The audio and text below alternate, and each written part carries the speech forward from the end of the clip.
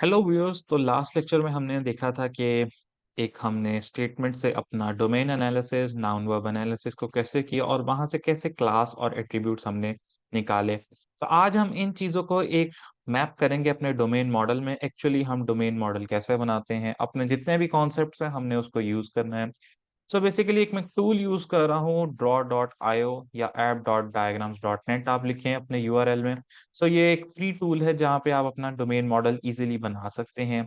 आपने यहाँ पे क्या करना है, यहाँ पे आपने जाना है यूएमएल में और यहाँ पे आपके पास ये डिफरेंट चीजें गिवन होगी। यहाँ से आपने डोमेन मॉडल के लिए हमेशा उठाना है ये वाला क्लास नेम, एक आपने उठा लिया।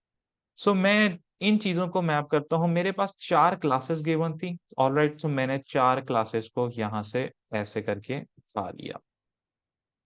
ये देखिए, बहुत इजी है। जब आपने अपना एनालिसिस कर लिया है तो इसके बाद आपको कोई चीज की टेंशन नहीं होगी। ऑलराइट, मैंने इनको प्लेस कर लिया ऐसे करके। अब मैंने क्या करना है, मैंने इनका नाम और इनके एट्रीब्यूट्स अपने इधर लिखने हैं। सो मैं क्या करता हूँ, मैं यहाँ पे एक स्टूडेंट का नाम लिख लेता हूँ और हमेशा याद रखिएगा, द की पॉइंट इज कि जो भी क्लास का फर्स्ट नेम है, क्लास का फर्स्ट लेटर है, फर्स्ट नेम का फर्स्ट लेटर है, उसको हमेशा कैपिटल रखना है। सो मैं यहाँ पे लिख लेता हूँ अपने क्लास के नेम। आई होप आप लोग को विजिबिलिटी होगी, लेट मी जस्ट जूम। सो यहाँ पे हमने टीचर लिख लिया और यहाँ पे हमने एक्टिविटीज लिख लिया। अब देखें, अब मैंने ये अपने क्लास के नाम लिख लिए। अब मैंने क्या करना है कि अपने एट्रीब्यूट्स के नाम एज इट इज यहाँ लिखने हैं। S I D, S name, S date of birth, S mobile and S email. तो यहाँ पे मैं इसको रिमूव करके एस एस नेम लिख लेता हूँ और एस आई डी लिख लेता हूँ पहले, एस नेम लिख लेता हूँ और एस डी ओ भी लिख लेता हूँ। और अगर मैंने, अब यहाँ पे भी एक चीज आपने बड़ी ख्याल रखनी है कि जो आपका फर्स्ट लेटर होगा, कैमल केस आपने रखना है, फर्स्ट लेटर छोटा और दूसरा वर्ड का फर्स्ट लेटर बड़ा। ऑलराइट, सो अगर मैं यहाँ पे, मुझे एक और एट्रीब्यूट चाहिए तो मैं यहाँ से लूंगा और मैं यहाँ पे ऐसे इसके अंदर रखूंगा और मेरे पास एट्रीब्यूट आ जाएगा। और मैं यहाँ लिख लेता हूँ एस मोबाइल नंबर। ऑलराइट, अगर आप चाहते हैं कि आपने ये फॉर्मेट में लिखने, आप ये भी कर सकते हैं। मैं इस फॉर्मेट में लिख देता हूँ ताकि आसानी हो समझने में। सो चले हम इसी फॉर्मेट में अभी लिख लेते हैं, कोई मसला नहीं है इसमें। ऑलराइट, तो हमने यहाँ पे एस ईमेल लिख दिया। ऐसे ही मैं कोर्स वाले देखूंगा, कोर्स में कौन से हैं, सी आई डी और सी आई नेम। मैं यहाँ पे लिख लेता हूँ सी आई डी और सी नेम। ऑलराइट, ये मुझे फील्ड नहीं चाहिए। मैंने क्या करना है, राइट क्लिक करना है और इसको डिलीट कर देना है और मेरे पास ये रो डिलीट हो जाएगी। ऑलराइट, टीचर का देख लेता हूँ। टीचर के पास मेरे पास है teacher ID, teacher name, teacher qualification and teacher specialisation. तो ये मैं यहाँ से देख लेता हूँ, टीचर नेम आ गया और टीचर क्वालिफिकेशन आ गया। एंड इसके अलावा मैं यहाँ पे जाके टीचर स्पेशलाइजेशन ऑन लिख लेता हूँ।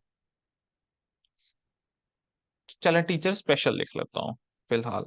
ठीक है, अच्छा चले मैं लिख ही देता हूँ इसको यहाँ से ताकि कोई कंफ्यूजन ना हो।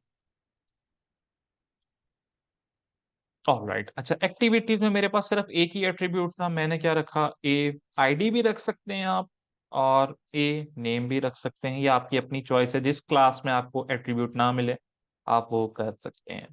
उसके अलावा अब देखिए यहाँ पे मेरे पास, मैं इसको थोड़ा सा सेट कर लेता हूँ ताकि मेरे पास एसोसिएशन करते हुए इजी इजीनेस हो।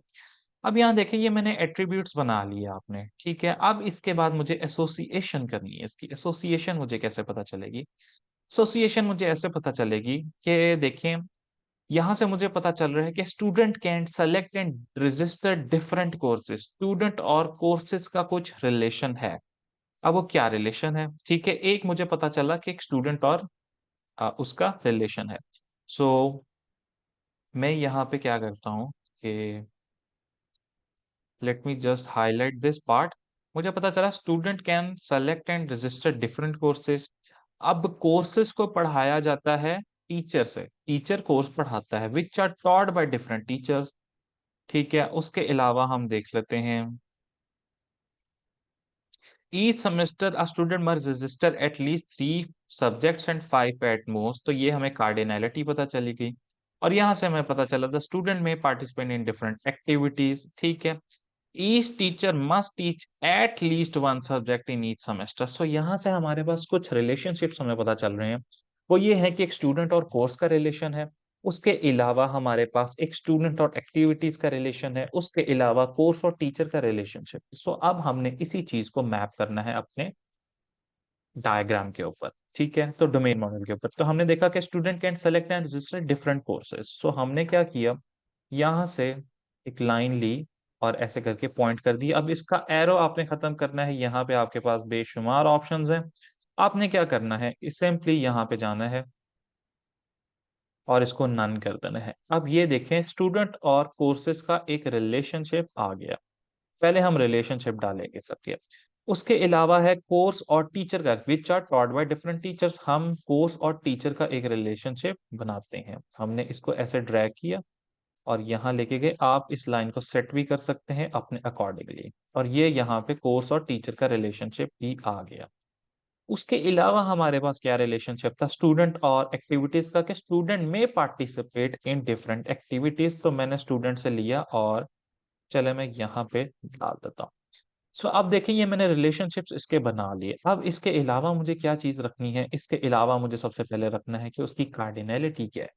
यहाँ पे लिखा था each student can must register at least 3 subjects and 5 at most. इसका मतलब ये है, मुझे यहाँ पे क्या करना है, सबसे पहले यहाँ पे डबल क्लिक करूं तो टेक्स्ट की ऑप्शन आएगी। तो मैं लिखूंगा 1 student can register 3 to 5 subjects.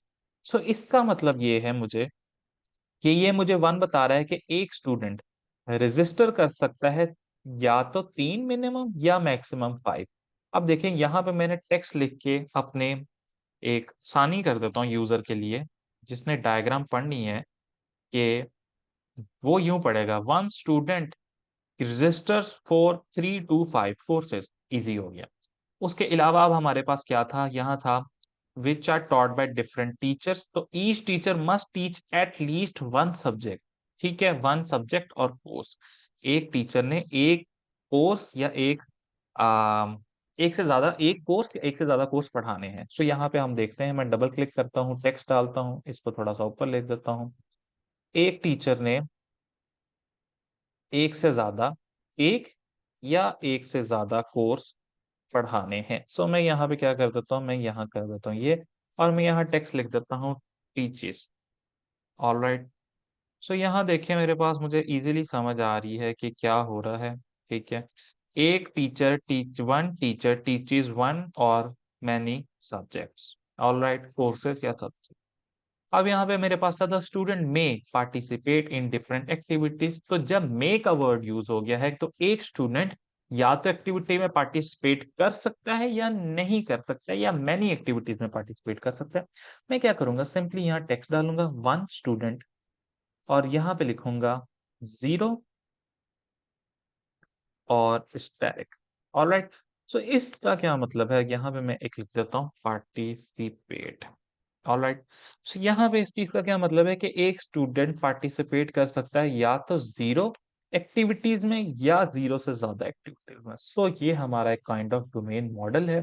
आपने इस डोमेन मॉडल को जब आपने मैप कर लिया है, तो यहाँ से बहुत चीजें क्लियर हो जाती हैं। जब कोई रीडर आता है, उसको स्टेटमेंट पढ़ने की जरूरत नहीं होती, वो इसी डोमेन मॉडल के थ्रू समझ सकता है कि मुझे क्या बताया जा रहा है, मुझे क्या कन्वे किया जा रहा है। सो आप इसको फाइल करके यहाँ पे एक्सपोर्ट कर सकते हैं, पीएनजी में कर सकते हैं, पीडीएफ में कर सकते हैं, या आपको जो भी अपना फॉर्मेट लेके आना है। सो आई होप आपको ये कॉन्सेप्ट समझ आया होगा कि हम डोमेन मॉडल को कैसे मैप करते हैं, एक स्टेटमेंट को डोमेन मॉडल पे कैसे मैप करते हैं, और डोमेन मॉडल हम कैसे बनाते हैं। सो अगेन केस अगर आपकी कोई कंफ्यूजन है, आप कमेंट बॉक्स में कमेंट कर सकते हैं। एंड लाइक और सब्सक्राइब करना ना भूलेगा। Thank you so much.